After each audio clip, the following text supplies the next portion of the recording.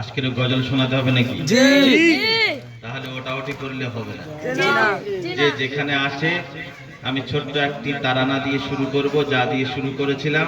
আমার কাছে আবেদন করলো, এর মধ্যে আমরা সকলেই চলে আসব। আমি একটি বিষয় ভিত্তি দিয়েছিলাম, আলোচনা করেছি নামাজের, আলোচনা করেছি রোজা সম্পর্কে, আজকের আলোচনা করব যাকাত সম্পর্কে। আমি সামান্য আলোচনা করব, বেশি আলোচনা করব না। তাই আমরা আশেপাশে যারা ঘোরাফেরা করছি, আল্লাহর মহব্বত নিয়ে, নবীর মহব্বত নিয়ে, দিনের মহব্বত নিয়ে চলে আসুন। আর অল্প সময়ের মধ্যেই শেষ হয়ে যাবে। আসুন আমার ভাইরা, আশা করি যে ভাইজান ও বাপজানের দিলে আল্লাহর মহব্বত আছে, নবীর মহব্বত আছে, দিনের মহব্বত আছে। সে আল্লাহ ও নবীর মহব্বতের পরিচয়টুকু এখানে এসে দিয়ে যাবে, আমরা তার কাছে আশা রাখতেছি। সকলে কি বলুন? ইনশাআল্লাহ। আসুন আমার ভাইরা।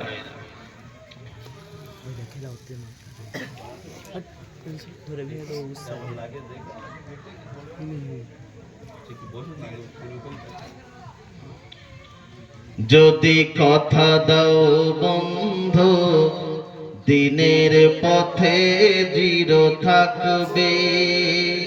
যদি কথা দাও দিন কায়েমের, অগ্রণী ভূমিকা রাখবে। তবে তোমাকেই আজ শোনাবো,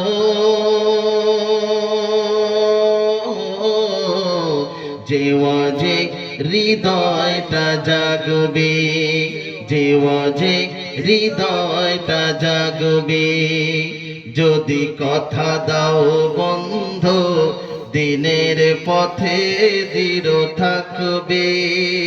যদি কথা দাও দিন কায়েমের, অগ্রণী ভূমিকা রাখবে। তবে তোমাকেই আজ শোনাবো, যে ওয়াজে হৃদয়টা জাগবে, যে ওয়াজে হৃদয়টা জাগবে। আমার ওয়াজ যদি তোমার প্রাণে ইমানি দীপ্তি ছড়ায়, আমার সুর যদি তোমার মনে, আমার সুর যদি সবার মনে ইসলামী প্রেরণা জগায়, তাহলে আমার এই কণ্ঠ দিন কায়েমের কাজে লাগবে। যদি কথা দাও বন্ধু, দিনের পথে দৃঢ় থাকবে। যদি কথা দাও দিন কায়েমের, অগ্রণী ভূমিকা রাখবে। তবে তোমাকেই আজ শোনাবো, যে ওয়াজে হৃদয়টা জাগবে, যে ওয়াজে হৃদয়টা জাগবে। আমার সুর যদি জাগাতে পারে, আমার সুর যদি জাগাতে পারে মুক্তির নব চেতনা, আমার সুর যদি ভোলাতে পারে আঘাতের শত বেদনা, তাহলে আমার এই কণ্ঠ দিন কায়েমের কাজে লাগবে। যদি কথা দাও বন্ধু, দিনের পথে দৃঢ় থাকবে। যদি কথা দাও দিন কায়েমের, অগ্রণী ভূমিকা রাখবে। তবে তোমাকেই আজ শোনাবো, যে ওয়াজে হৃদয়টা জাগবে, যে অজে হৃদয়টা জাগবে। নারায়ে তাকবীর, আরেকটু জোরে নারায়ে তাকবীর। আল্লাহুম্মা সাল্লি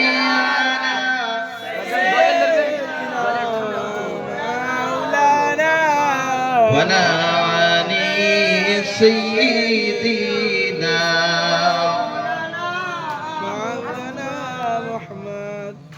আসুন আমার ভাইরা, যারা আশেপাশে আছেন চলে আসুন, দোয়া হয়ে যাবে। আমি আজকের বেশি বক্তব্য রাখবো না।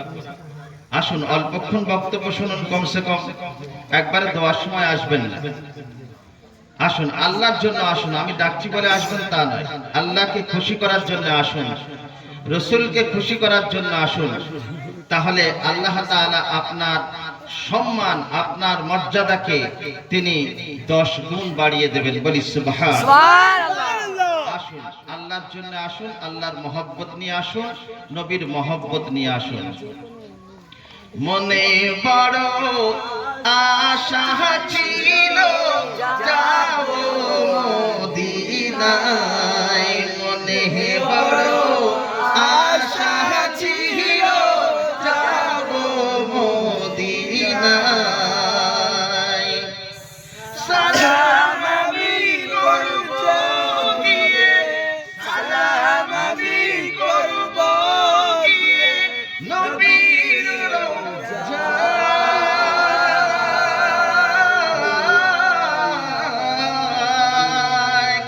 মনে বড় আশা ছিল যাব, মনে বড় আশা ছিল যাব মদিনায়। গজল শোনাবো কিন্তু আসতে হবে সবাইকে। আসুন আসুন। আমরা সর্বপ্রথম যে আল্লাহ তাআলা নানান প্রতিকূলতা উপেক্ষা করে আমাদেরকে আজকের এই রাত ও ঠান্ডাকে উপেক্ষা করে বড় ভালোবেসে এই রহমতের মজলিসে, এই রহমতের মাহফিলে আমাদেরকে উপস্থিত করিয়েছেন। এ কারণে আমাদের খালিক, আমাদের মনিব, সর্বস্রষ্টা, সর্বনিয়ন্তা, মহিয়ান, গরিয়ান, সর্বশক্তিমান আল্লাহ তাআলার পবিত্র দরবারে তার পাক পবিত্র নাম দিয়া এই পবিত্র মাহফিল থেকে আমরা সম্মিলিতভাবে স্বতঃস্ফূর্তভাবে জবান ছেড়ে দিয়ে আওয়াজ করে বলি আলহামদুলিল্লাহ, আলহামদুলিল্লাহ, আলহামদুলিল্লাহি রাব্বিল আলামিন, والصلاة والسلام على رسوله الكريم. أما بعد فقد قال الله تعالى في كلامه المجيد والفرقان الحميد: يا أيها الذين آمنوا كتب عليكم الصيام كما كتب على الذين من قبلكم لعلكم تتقون. وقال الله تبارك وتعالى: إنما الصدقات للفقراء والمساكين. ইলায়া। সম্মানিত দিন দরদি, খোদাভীরু, আল্লাহওয়ালা, নবী প্রেমিক আমার গুরুজন, আমার আব্বাজান, আমার ভাইজান, সমবয়স্ক প্রিয় বন্ধুরা, আমার স্নেহের ছোট ছোট ভাইরা, গোলাপের পাপড়ি ন্যায় কচি কাঁচা বাচ্চারা, পর্দার অন্তরালে উপবিষ্ট অবস্থানরত আমার মা বোনেরা, যারাই শুনছেন, আমি সকলকে শ্রেণীগতভাবে শ্রদ্ধা, ভালোবাসা, অভিনন্দন, সেই সঙ্গে আরেকটিবার আন্তরিকতার সাথে সুন্নতে নববীর মধ্য দিয়া আমি শান্তির বাণী আদান প্রদান করছি। সকলে উত্তর দেবেন আসসালামু আলাইকুম।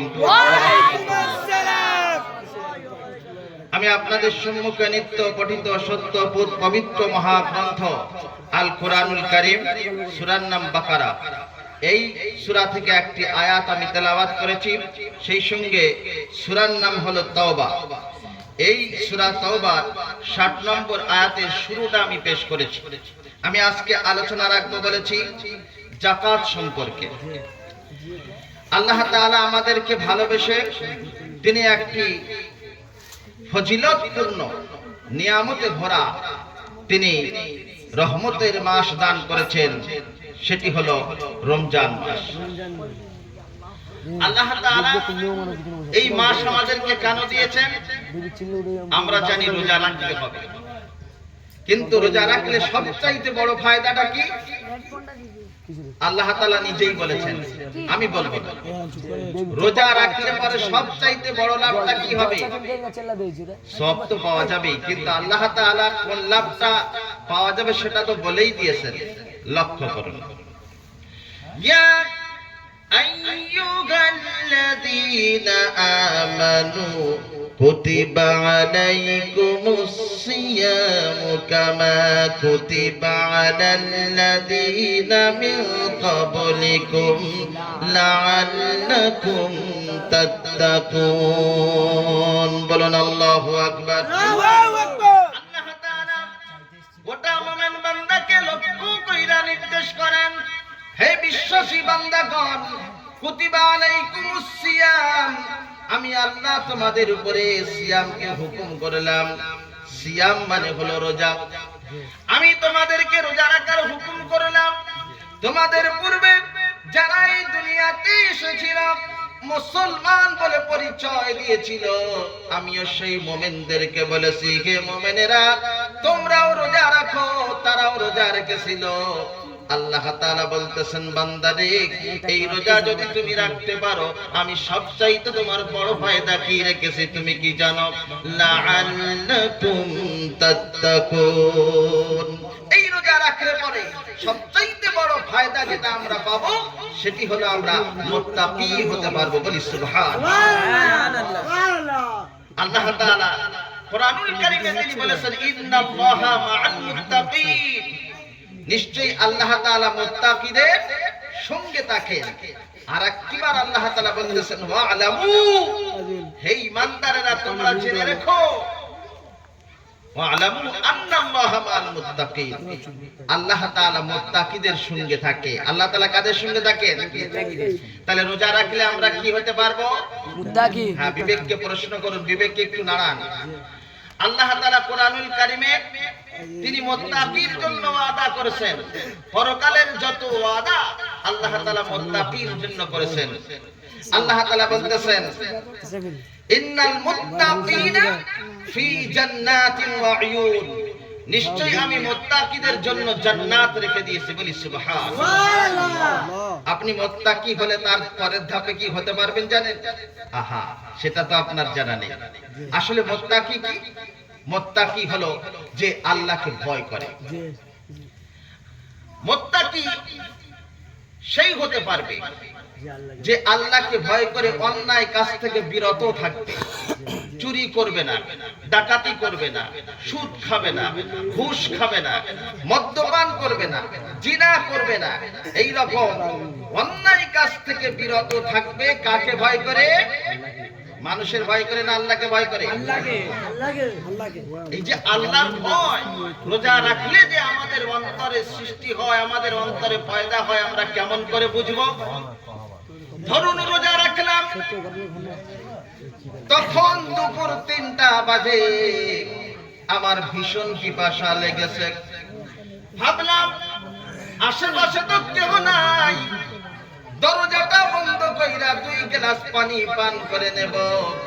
দরজাটা বন্ধ কইরা যখন গ্লাসে পানি ঢাললাম, আমার বিবেক আমাকে প্রশ্ন করলো, তোমার এই পানি পান করা কেউ দেখতে পাবে না, ঠিক কথা, কিন্তু তুমি কি জানো তুমি পানিটা পান করেছো কেউ দেখলো না, দেখলো কে?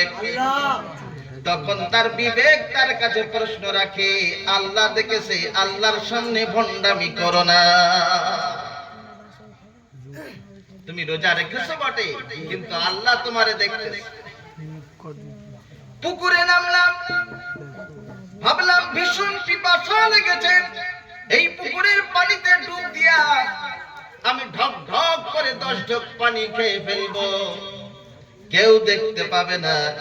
কিন্তু যখন ডুব দিলাম, আমার বিবেক আমাকে প্রশ্ন করে বলতেছে, ভাইরে এই পানির ভিতরে পানি পান করলে কেউ দেখতে পাবে না, কিন্তু জেনে রেখো কেউ তো দেখে নাই, দেখেছে কে? আল্লাহ।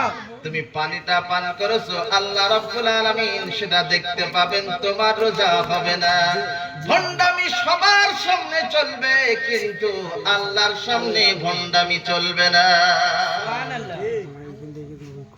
চুরি করতে গেলে আহা তুমি রোজা রেখেছো, তোমার রোজা পণ্ড হয়ে যাবে। মিথ্যা কথা বলতে গেলে বিবেক বলবে রোজা রেখেছো বাইরে, মিথ্যা কথা বলো না, গীবত করো না, পরনিন্দা করো না।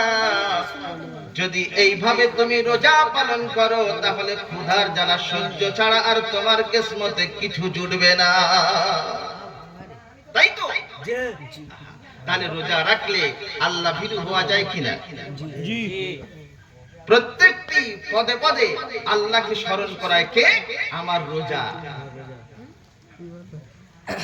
এই রোজার মাস ছাড়া অন্য মাসে হয়তো আমরা অনেক গুনার কাজ করি, কিন্তু রোজার মাসে আমরা সংযত থাকি। এটা পবিত্র মাস, রোজা রেখেছি, রোজা রেখে এই কাজ করা ঠিক নয়। আল্লাহ তাআলা বলতেছেন আল্লাযীনা আমানু ওয়া কানু ইয়াত্তাকুন লাহুমুল বুশরা ফিল হায়াতিদ দুনিয়া ওয়া ফিল আখিরাহ। ঈমান এনেছো, তারপরে তুমি আল্লাহকে ভয় করো, তুমি পরহেজগার হও, তুমি মুত্তাকি হও। আল্লাহ তাআলা তোমার জন্য এই দুনিয়াতে এবং আখিরাতে পুরস্কার রেখে দিয়েছেন, সুসংবাদ দিচ্ছেন। কি সুসংবাদ? লা খাউফুন আলাইহিম ওয়া লা হুম ইয়াহজানুন। বলুন আল্লাহু আকবার। আল্লাহু আকবার। ঈমান এনেছো, ঈমান আনার পর যদি আল্লাহকে ভয় করে অন্যায় থেকে বিরত থাকতে পারো, আল্লাহ রাব্বুল আলামিন কবরে, হাসরে, মিজানে, পুলসিরাতে যেখানে বিপদের জায়গা, সেখানে আল্লাহ রাব্বুল আলামিন তোমার সহায়ক হয়ে যাবেন।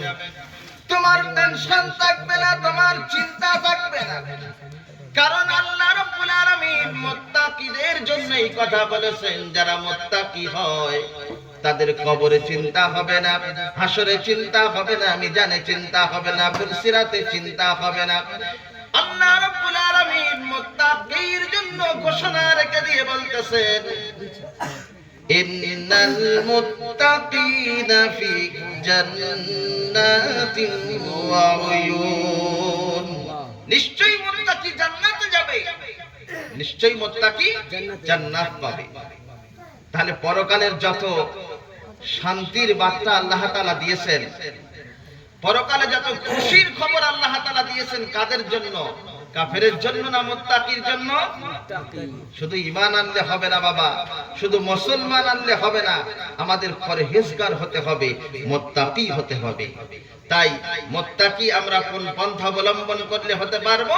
আল্লাহ তাআলা একটা সিস্টেম দিয়েছেন, তোমরা রোজা রাখো, দেখবে মুত্তাকি হতে পারবে, আল্লাহকে ভয় করা তুমি শিখতে পারবে। সম্মানিত ভাইরা, আজকে এই বিষয়ে আমার বক্তব্য নয়, আমার যে বিষয় বক্তব্য হলো যে আল্লাহ তাআলা আমাদের সম্পদ দিলে তার যাকাত প্রদান করতে হবে। ও বাবা, কতটা সম্পদ হলে তবে যাকাত দিতে হয়? এটা ক্লাস শিখে নাও। যার কাছে 7.5 ভরি সোনা অথবা 52.5 ভরি রূপা পরিমাণ অর্থ আছে, ধরুন 7.5 ভরি সোনা, তার অনেক দাম।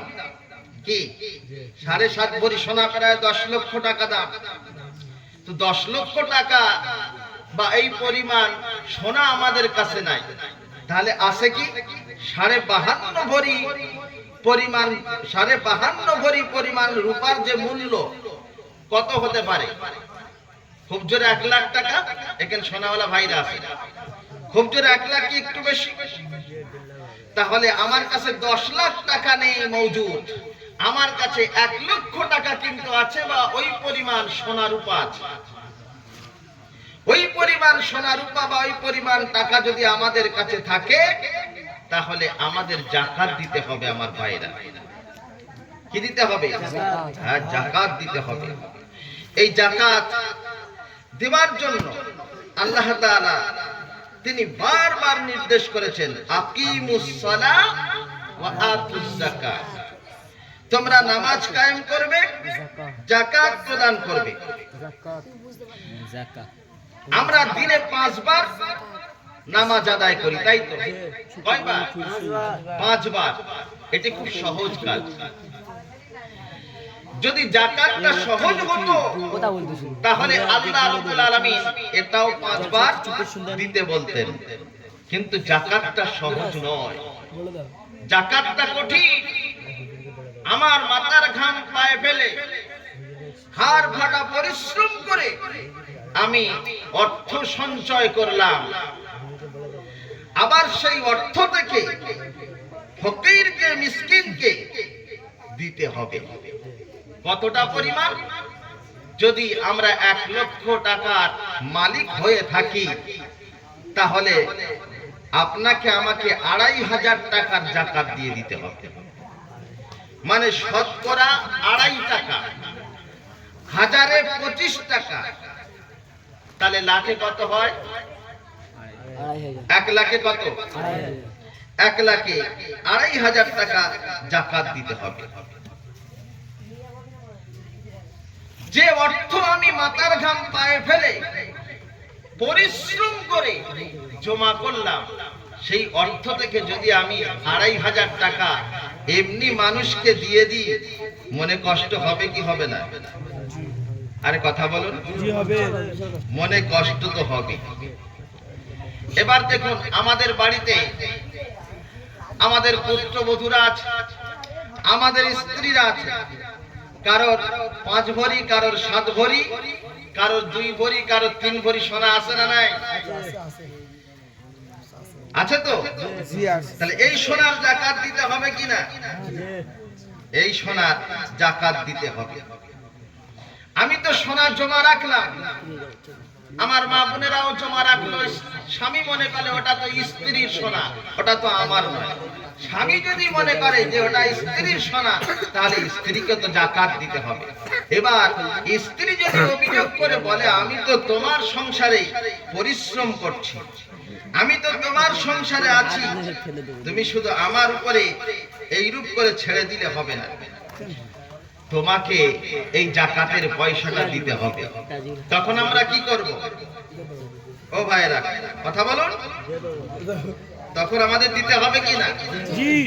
তারা নিঃস্বার্থে আমাদের সংসারে খাটছে, আমাদের সন্তানদের পিছনে তাদের জীবনটা কাটিয়ে দিচ্ছে, আমাদের সংসারে তাদের জীবনটা কাটিয়ে দিচ্ছে। তাহলে সে যদি দাবি করে স্বামীর কাছে যে তোমাকে দিতে হবে, আর স্বামীর যদি ক্ষমতা থাকে দেবে, আর যদি না ক্ষমতা থাকে সে বশ্যতা স্বীকার করে বলবে যে আমার ক্ষমতা নাই, এখন তোমার দিতে হবে। এ কথা যদি সত্যি করে তার ক্ষমতা যদি না থাকে, তাহলে সোনা যদি মজুদ থাকে তার যাকাত দিতে হবে। এ কথা আমার না আল্লাহ? এ কথা হলো আল্লাহ তাআলা। এবারে আসুন, যাকাত আমরা কাদেরকে দেব? প্রথম নাম্বার হলো ফকির। ইন্নামাস সাদাকাতু লিল ফুকারা।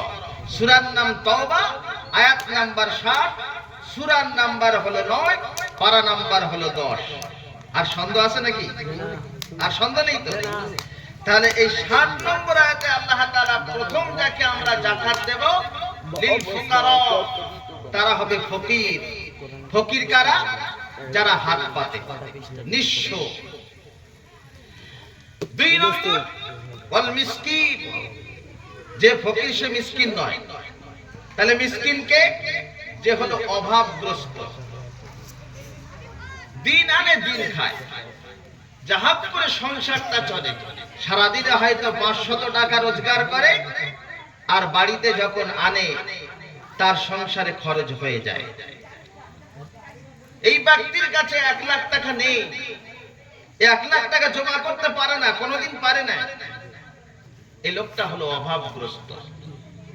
আমরা এই লোকটাকে যাকাত দেব। ফকির হাত পেতে চায়, তার লজ্জা লাগে না, কিন্তু মিসকিন যারা, তারা কিন্তু হাত পাতে না। তার কাছে একটা সেন্টিমেন্ট আছে, তার কাছে একটা লজ্জা আছে। এই চক্ষু লজ্জা থাকার কারণে সে হাত পাতে না। কিন্তু সে অভাবগ্রস্ত। সে আমার ভাই হতে পারে, আমার চাচাতো ভাই হতে পারে, আমার প্রতিবেশী হতে পারে, আমার আত্মীয় হতে পারে, আমার গ্রামবাসী হতে পারে। যদি দেখি যে এই ব্যক্তি 500 টাকা রোজগার করে, জাহাজ করে সংসার চলে, কিন্তু সামনে তো ঈদ আসে, একটা পরব, তার বাচ্চাদের জন্য একটা নতুন জামা কিনতে হবে, আমরাও খুশি মানাবো, তারও খুশি মানানোর অধিকার আছে না নাই? আছে তো। তাহলে আমাদের সঙ্গে সেও খুশি মানাক, আমাদের সঙ্গে সেও মজা করুক, আমাদের সঙ্গে সেও ঈদের তৃপ্তি গ্রহণ করুক। আমি যখন বুঝবো যে ঈদের দিনে ভালো মন্দ রান্না করতে পারবে না, তার সন্তানদের সুন্দর পোশাক কিনে দিতে পারবে না, আমাদের সঙ্গে আনন্দে অংশ নিতে পারবে না, শরীক হতে পারবে না, তখন সেই মিসকিন, সেই অভাবগ্রস্তকে আমরা যাকাত দিতে পারি। কথা কি ক্লিয়ার? কথা বুঝতে পেরেছেন? তাহলে ফকির আর মিসকিন দুজন আলাদা নাকি এক? আলাদা। যারা ফকির তারা চায়, যারা মিসকিন তারা চায় না। এই মিসকিন আমাদের পাড়ায় অনেক আছে, এই মিসকিন আমাদের গ্রামে অনেক আছে, কিন্তু আমরা খোঁজ খবর রাখি না। প্রিয় ভাইরা আমার, যদি আপনার পাড়ায় থাকে তাহলে ওই মিসকিনকে খুঁজে খুঁজে বার করুন, কারণ ওই যাকাতের পয়সা মানে এটা তার হক, এটা তার অধিকার। এই জন্য তো গোটা বিশ্বে শ্রেষ্ঠ ও সুন্দরতম ধর্মের নাম হলো কি? ইসলাম। কোন ধর্মে যাকাতের মতো এরকম সিস্টেম আছে? কথা বলুন। কোন ধর্মে যাকাতের মতো সিস্টেম নেই, কিন্তু ইসলাম ধর্মে বিত্তশালী অর্থশালী অর্থে মিসকিনদের হক রেখে দিয়েছে, অধিকার রেখে দিয়েছে কে? আল্লাহ তাআলা শরীয়তে তার অধিকার রেখে দিয়েছে। আমার প্রিয় ভাইরা, আমরা গরিবকে দেব, যারা আমাদের বাড়ি চাইতে আসবে তাদেরকে দেব, সেই সঙ্গে আমরা খোঁজ খবর রাখবো কারা মিসকিন আছে। তিন নম্বরটা জানতে গেলে একটু ইতিহাস জানতে হবে। তিন নম্বরটা হলো যারা কর্মচারী হবে। এই কর্মচারী কোন কর্মচারী? নবীর জামানায় একটি বাইতুল মাল গঠন করা হয়েছিল, সাহাবীদের জামানায় একটি বাইতুল মাল গঠন করা হয়েছিল। যারা যাকাত দেয় তাদের কাছ থেকে যাকাত কালেকশন করে আনতো, আনার পর একটা ফান্ডে জমা করা হতো। একটা জায়গায় জমা করার পর গরিবকে দেওয়া হতো, মিসকিনকে দেওয়া হতো। আল্লাহ রাব্বুল আলামিন যে 8টা খাত দিয়েছেন, এই 8টা খাতে তারা ব্যয় করত। 3 নম্বরে হলো কর্মচারী। কোন কর্মচারী? যে কর্মচারী যাকাতগুলো কালেকশন করে আনে। ধরুন কোন ব্যক্তি এই ফুরফুরা এলাকায় যাকাত কালেকশন করতে গেল, যদি দৈনন্দিন কালেকশন করতে যায়, তার পরিবার আছে তো, তার ভরণ পোষণ আছে না নাই? আরে কথা বলুন। তাহলে এই পদে যে নিয়োজিত, যে কাজ করতেছে, তার তো একটা ভাতা দেওয়া দরকার আছে না নাই? তাহলে তার একটা ভাতা দিতে হবে, তার একটা রোজ দিতে হবে। এই যাকাতের পয়সা থেকে যদি আমরা যাকাত এক জায়গায় করি, তার আগে নয়, আমরা যদি 100 জনের যাকাত এক জায়গায় করি, যে ব্যক্তিটা এক জায়গায় করলো, হয়তো 3 দিন তার লেগে গিয়েছে। এই 3 দিনের রোজ তাকে এই যাকাতের অংশ থেকে দিতে হবে, যাকাতের পয়সা থেকে দিতে হবে, কারণ পকেট থেকে নয়, যেগুলো জমা করা হয়েছিল। কিন্তু সে সিস্টেম আমাদের দেশে নাই। হয়তো কোনো ইসলামী কান্ট্রিতে, ইসলামী দেশে থাকতে পারে, কিন্তু যদি কখনো এখানে বাইতুল মাল কায়েম হয় আর এর যদি কর্মচারী থাকে, তাহলে তার বেতন, তার ভাতা, তার রোজ এই যাকাতের পয়সা থেকে দেওয়া যেতে পারে। কয় নম্বর বললাম? 3 নম্বর। এবারে আসুন 4 নম্বরে আল্লাহ তাআলা বলতেছেন, আল্লাহ তাআলা বলতেছেন আল গরিমিনা। 4 নম্বরে যারা ঋণগ্রস্ত। ঋণগ্রস্ত কেমন ব্যক্তি? কোন বন্ধুর কাছ থেকে 50,000 টাকা ধার নিয়েছিল, আমি একটি পানের গুমটি দেব, আমি একটি চায়ের গুমটি দেব, আমি একটি চপের দোকান করব, কি আমি একটি সবজির দোকান দেব, এইরকম ব্যবসা করার উদ্দেশ্যে 50,000 টাকা ধার নিয়েছিল। সে চায়ের ঘুমটি করলো, কেউ হিংসা করে চায়ের ঘুমটিটা পুড়িয়ে দিল, কেউ হিংসা করে চায়ের ঘুমটিটা ভেঙে দিল, কেউ হিংসা করে তার ব্যবসার সরঞ্জাম গুলো সব ক্ষতি করে দিল। এখন গরিব মানুষটা কোথায় যাবে? সে তো নিজে থেকে করে নাই, কোন মানুষ হিংসা করে করলো, অথবা ঝড়ে অথবা তুফানে অথবা ভূমিকম্পে শেষ হয়ে গেল। এই ঋণগ্রস্ত ব্যক্তি ঋণের বোঝা মাথায় নিয়ে কোথায় যাবে? আল্লাহ তাআলা বলতেছেন, যাদের যাকাত ফরজ করে দিয়েছি, যারা মালিকে নিসাব, ও আমার বান্দারা, ওই ঋণগ্রস্ত ব্যক্তিকে যাকাতের পয়সা দিয়ে ঋণ থেকে মুক্ত করো।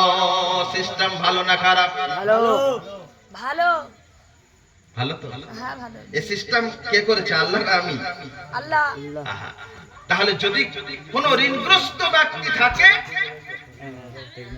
হয়তো বিরাট বড় ব্যবসা ছিল, থাকলে থাকতে পারে, ক্ষতি তো হয়ে যেতে পারে, কি বলুন না?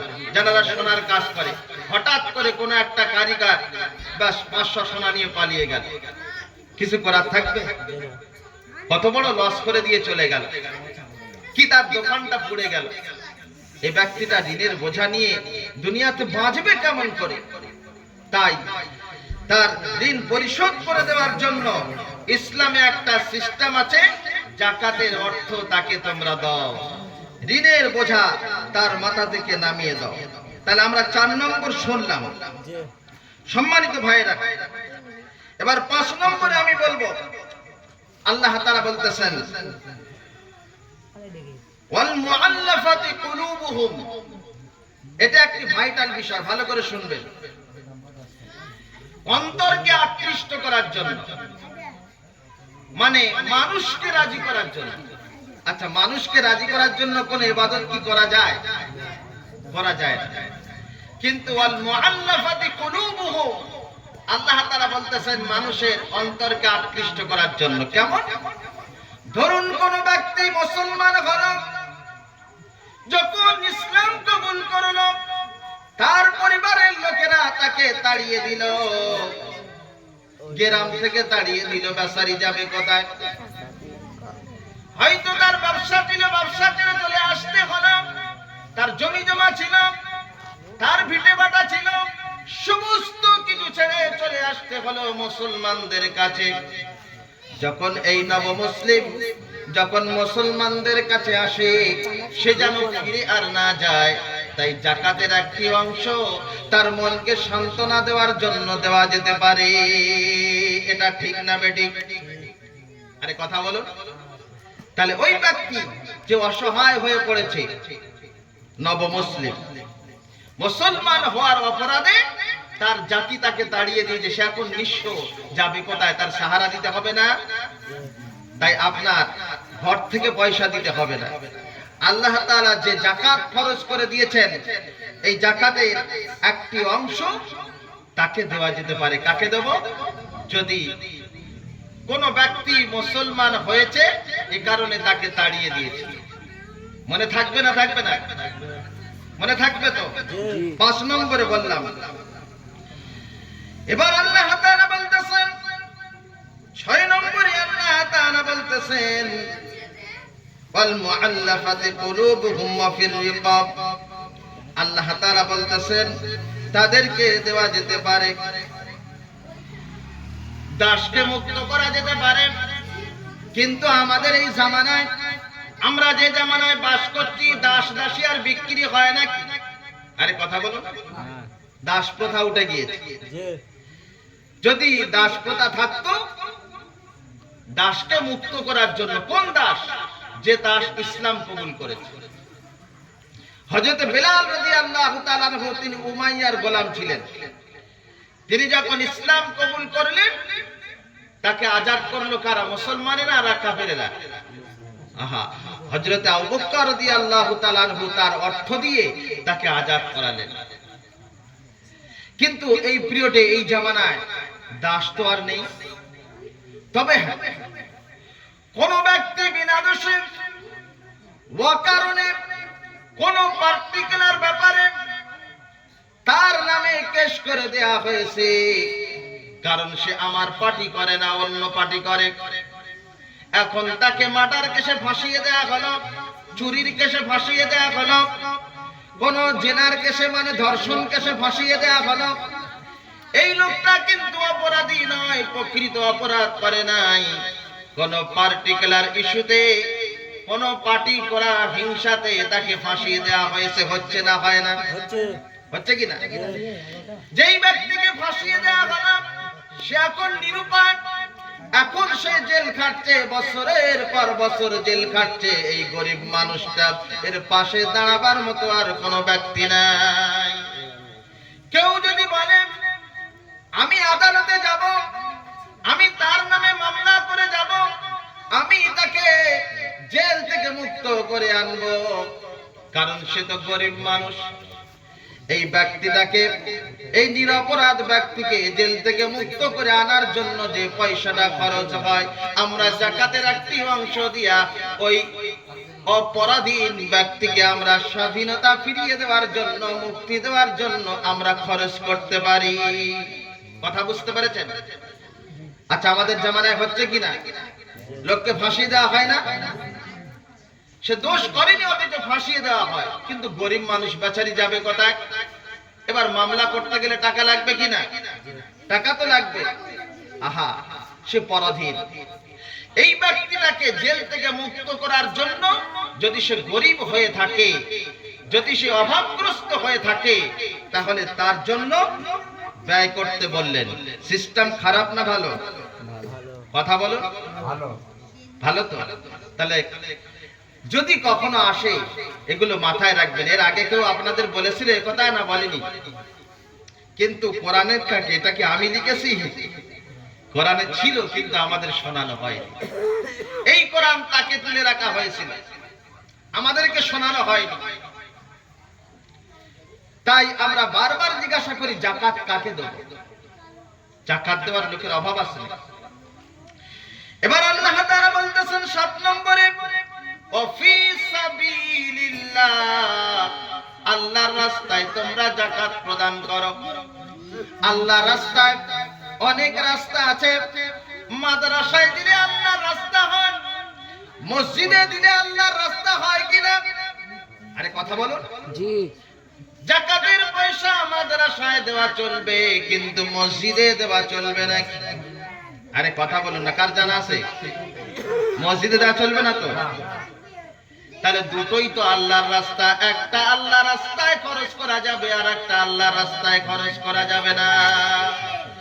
ফি সাবিলিল্লাহ এর প্রথম তারাই হকদার যারা ইসলামের মুজাহিদ, ইসলামকে প্রতিষ্ঠা করার জন্য ইসলাম প্রচার করছে অথবা লড়াই করছে, তাদের পিছনে খরচ করা যাবে।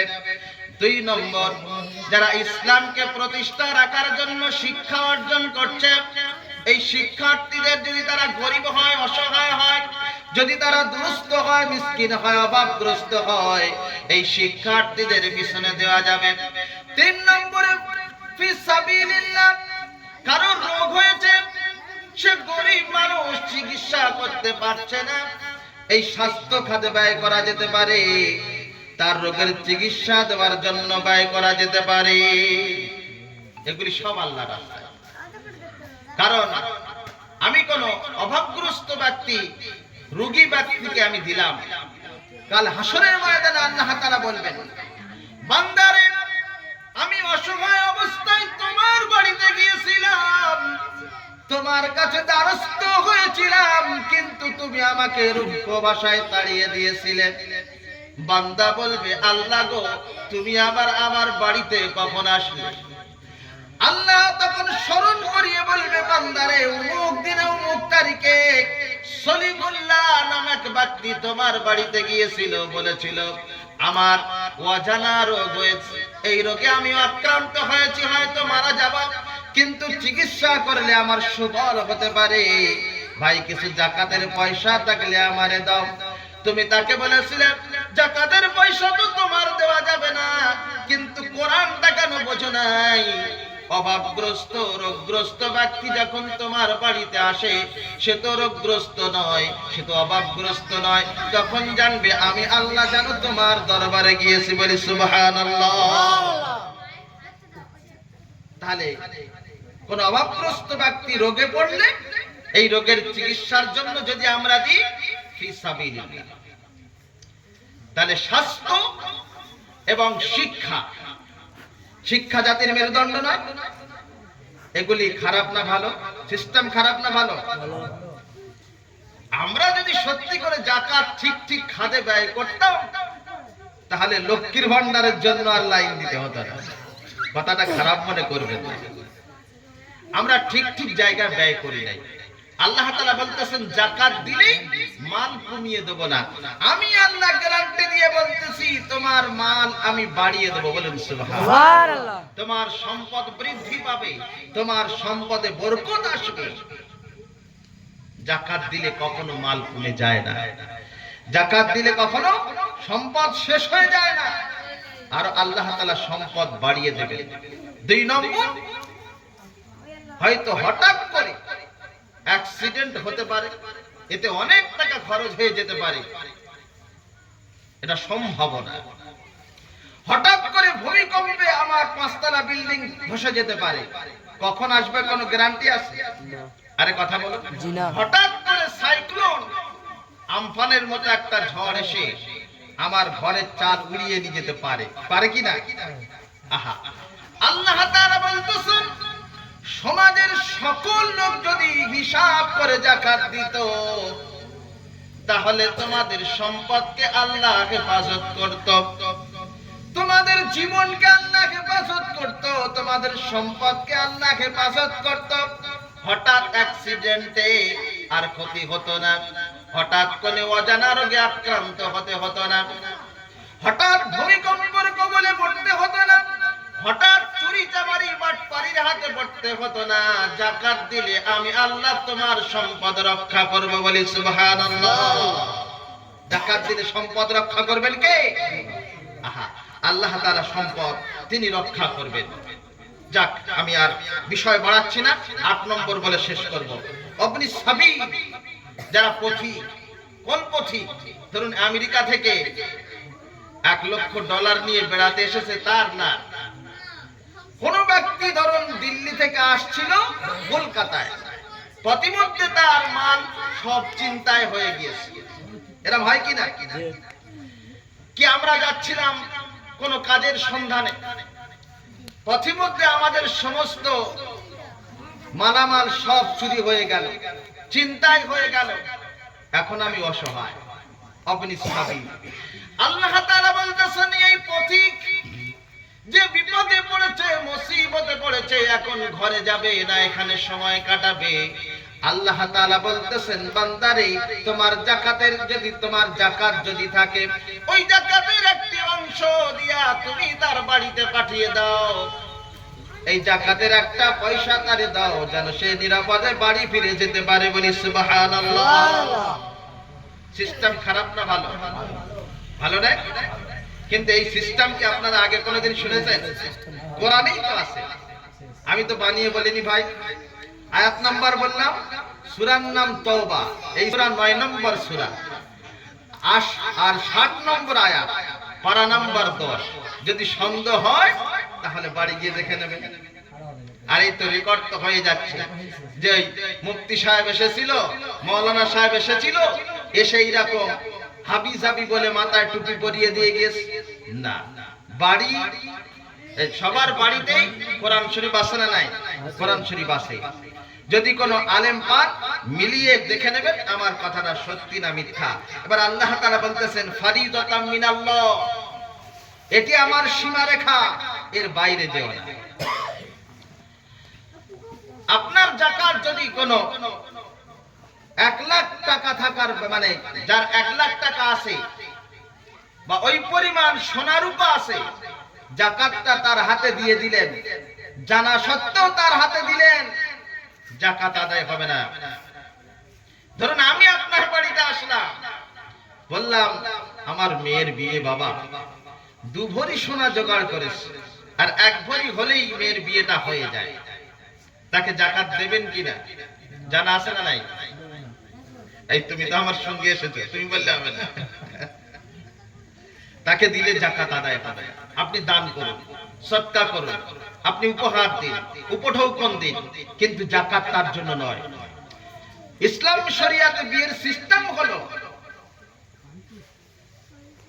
যারা পাত্রপক্ষ, এই ছেলের বাবা পয়সা দিয়ে বিয়ে করে আনবে, মোহরানা আছে না নাই? আর মেয়ে যা লাগবে সাজানো গোছানো যা কিছু লাগবে ছেলের বাবাকে দিতে হবে কিনা? এইটা ইসলামী সিস্টেম নাকি? আমি আধুনিক সিস্টেমের কথা বলছি না। তাহলে যদি শরিয়াতে এই সিস্টেম দিয়ে থাকে যে মেয়ের বাবার 1 পয়সা খরচা নাই, উল্টে মেয়ের বাবা পয়সা পাবে, এটা শরিয়াতের সিস্টেম। মেয়ের বাবার 1 পয়সা খরচা নাই, উল্টে মেয়ের বাবা পয়সা পাবে, উল্টে মেয়েকে দেনমোহর দিতে হবে। তাহলে শরিয়াতের এই আইন কি, এই নিয়ম কি সে মেনেছে না লঙ্ঘন করেছে? লঙ্ঘন করেছে। তা কেউ যদি কন্যা দায় আসে, যদি বলে 1 ভরি কি 2 ভরি সোনা জোগাড় করেছে আর 1 ভরি পাচ্ছি না, যাকাতের পয়সা দাও, প্রিয় ভাইরা ভুল করে দেবেন না। আপনি দান করবেন, 200 টাকা, 100 টাকা, 20 টাকা, 1000 টাকা, 50,000 টাকা দেবেন, কোনো বাধা নেই। আপনি তাকে দান করবেন, কিন্তু যাকাতের পয়সা তাকে দেবেন না। যারা আবার কন্যাদায় আছে তারা আবার যদি রাত্রে আমার পায় মনে হয় রাস্তায় ধরে, এ রাত্রি এই বলবে কি একটা ফতোয়া দিয়ে দিল, কাল থেকে কালেকশন বন্ধ হয়ে যাবে।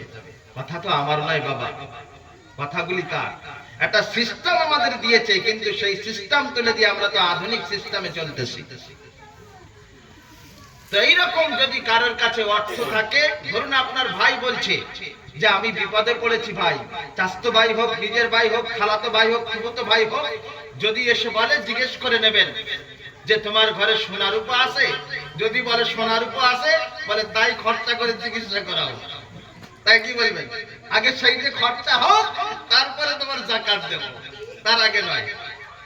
আর খরচা না করে তুমি ঘরে সোনা 5 ভরি সোনা কোটোর ভিতরে রেখে দিয়ে আর বলবে আমার চিকিৎসা করার জন্য পয়সা দাও, ভুলে দেবেন না, যাকাত আদায় হবে না। জেনে শুনে যাকাত দিতে হবে। সম্মানিত ভাইরা, এই যাকাত যারা আদায় করবেন, আল্লাহ তাআলা বলতেছেন ইয়াউমা ইউহমা আলাইহা ফি নারি জাহান্নাম ফাতুকওয়া বিহা জিবাহুহুম ওয়া যুনুবুহুম ওয়া যুহুরুহুম হাদা মা কানাসতুম লিআনফুসিকুম ফাদুকু মা কুনতুম তাকনিজুন। আল্লাহ তাআলা কোরআনুল কারীমে বলতেছেন, যারা যাকাত দিল না, ওই যাকাতের অর্থগুলি কাল হাসরের ময়দানে জাহান্নামের আগুনে সেটাকে তাপ দেওয়া হবে, সেটাকে পোড়ানো হবে। পোড়ানোর পর তার কপালে, তার পার্শ্বদেশে, তার পিঠে ছাক দেওয়া হবে, আযাব দেওয়া হবে। এইভাবে শাস্তি দেওয়া হবে আর বলা হবে এটি হলো সেই মাল, যে মালকে তুমি জমা করে রেখেছিলে, যাকাত দাও নাই, এখন তার স্বাদটা গ্রহণ করো। তুমি মনে করেছিলে বিপদে পড়লে পয়সা আমারে বাঁচাবে, কিন্তু সব থেকে কঠিন বিপদ হলো হাসরের ময়দানের বিপদ। এই বিপদে তুমি পড়েছো, যে মাল জমা করে রেখেছিলে বিপদ থেকে বাঁচাবার জন্য, সেই মাল এখন তোমার জন্য ক্ষতির কারণ হলো। স্মরণ করেন। তো আল্লাহ তাআলা আমাদের সকলকে, যাদের যাকাত দেওয়ার মতো ক্ষমতা দিয়েছে, যারা মালিকে নিসাব, আল্লাহ তাআলা সকলকে যাকাত সঠিকভাবে আদায় করার তৌফিক দান করুন। সকল বলেন আমিন। দরুদ শরীফ আল্লাহুম্মা সাল্লি আলা সাইয়্যিদিনা মাওলানা মুহাম্মদ ওয়া আলি সাইয়্যিদিনা মাওলানা মুহাম্মদ। মনে বড় আশা ছিল যাব মদিনায়, মনে বড় আশা ছিল যাব মদিনায়। সালাম আমি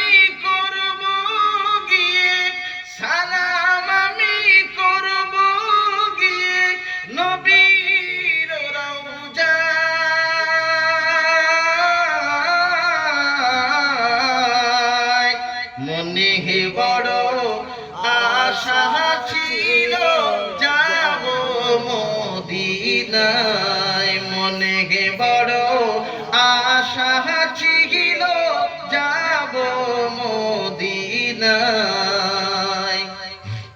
কাফেলাতে কে যাও তুমি, কে যাও বায়াত করি আমার, যাও না ও ভাই সঙ্গে লয়া খানি কৃপা করি। কাফেলাতে কে যাও তুমি, কে যাও বায়াত করি আমার, যাও না ও ভাই সঙ্গে লয়া খানি কৃপা করি।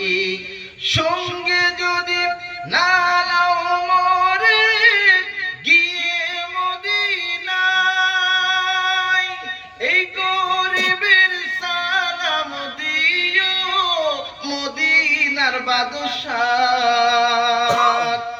সঙ্গে যদি না নাও মরে গিয়ে মদিনায়, এই গরিবের সালাম দিও মদিনার বাদশাহ। বল নারায়ে তাকবীর, জোরে নারায়ে তাকবীর। ভাইজান এখানে আসুন, আসুন আসুন এখানে। আমার আশায় আছে সম্বল নাই, আশায় আছে সম্বল নাই, করি কি উপায়।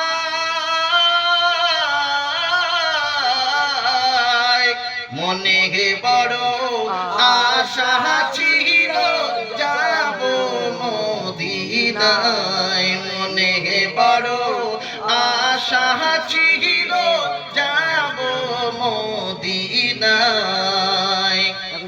আরব সাগর পাড়ি দেব দাইকো আমার তোরি, পাখি নই যে উইরা যাব ডানাতে ভর করি। নারায়ে তাকবীর। আল্লাহু আকবার। কবির কত সুন্দর কথা। এগুলো আজকেকার লেখা নয়। যেই যুগে যানবাহন শুধু জাহাজ ছিল, তারা জাহাজে করে হজ করতে যেত, তাই তাদের মনের যে ভিতরের আকাঙ্ক্ষা, নবীর প্রতি যে ভালোবাসা, তারা তাদের গানে, তাদের সুরে, তাদের কবিতায় তারা ব্যক্ত করে গিয়েছে। বলি সুবহানাল্লাহ। নবীর প্রতি তাদের কত গাঢ়, কত দৃঢ়, কত মজবুত ভালোবাসা ছিল। আহা, এইভাবেই তারা তাদের কথাগুলো রেখে গিয়েছে। আমার আশায় আছে সম্বল নাই, করি কি উপায়। মনে বড় আশা ছিল যাব মদিনায়, মনে বড় আশা ছিল যাব মদিনায়।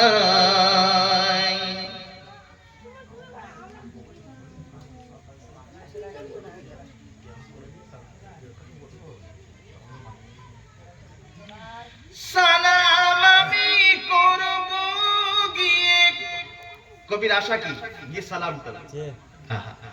সালাম আমি করব গিয়ে নবীর রওজায়,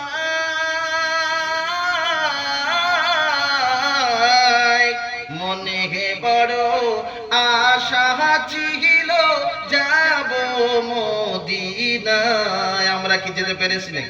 আমরা তো যেতে পারি না। তাহলে এখান থেকে সালাম দেওয়া যাবে না? একটু উঠি, ইয়া নবী